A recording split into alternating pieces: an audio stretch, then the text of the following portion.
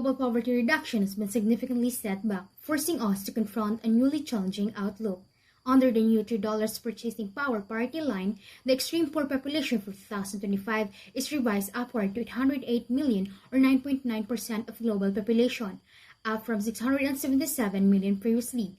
This means that eradicating extreme poverty by 2030 is now highly unlikely, due to slow COVID-19 recovery, economic instability, and climate shocks. For this year 2025, over 3/4 of the global extreme poor will reside in sub-Saharan Africa or in fragile, conflict-affected nations. This table shows the updated percentage of population living in poverty by region from 2020 to 2025 with a Poverty and Inequality Platform or PIP. Here we can see the extreme poverty remains stubbornly high in sub-Saharan Africa, and especially Eastern and Southern Africa.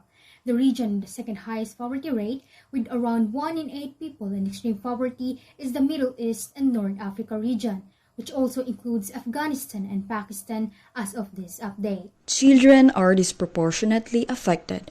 Over 330 million children live in extreme poverty, with 90% concentrated in sub-Saharan Africa and South Asia.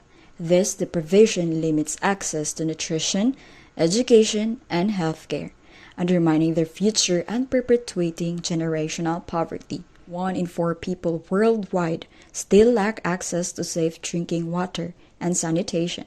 That's over 4.4 billion individuals. This crisis not only threatens health but deepens poverty, especially in rural and marginalized communities. Climate change intensifies poverty. Around 80% of the world's poor live in areas highly exposed to climate hazards. Rising temperatures, droughts, and floods disrupt food systems, increase child undernutrition, and disproportionately affect women and youth. Speaking of climate change, the Philippines has topped the World Risk Index of 2025, confirming its status as the world's most disaster-prone nation, with a critical score of 46.56. This highlights extreme vulnerability to climate change, typhoons, and flooding. Africa remains the poorest continent in regions like Marsabit, Kenya. Urbanization is accelerating, with over 4.4 billion people living in cities. In South Asia, overcrowding, pollution, and poor sanitation challenge public health. Strengthening primary healthcare system is essential to address these urban inequalities. The World Bank's 2024 report outlines integrated solutions, climate resilience, universal health coverage, and investments in education and water infrastructure. These pathways are not isolated. They must work together to break the cycle of poverty. Poverty is a multidimensional crisis.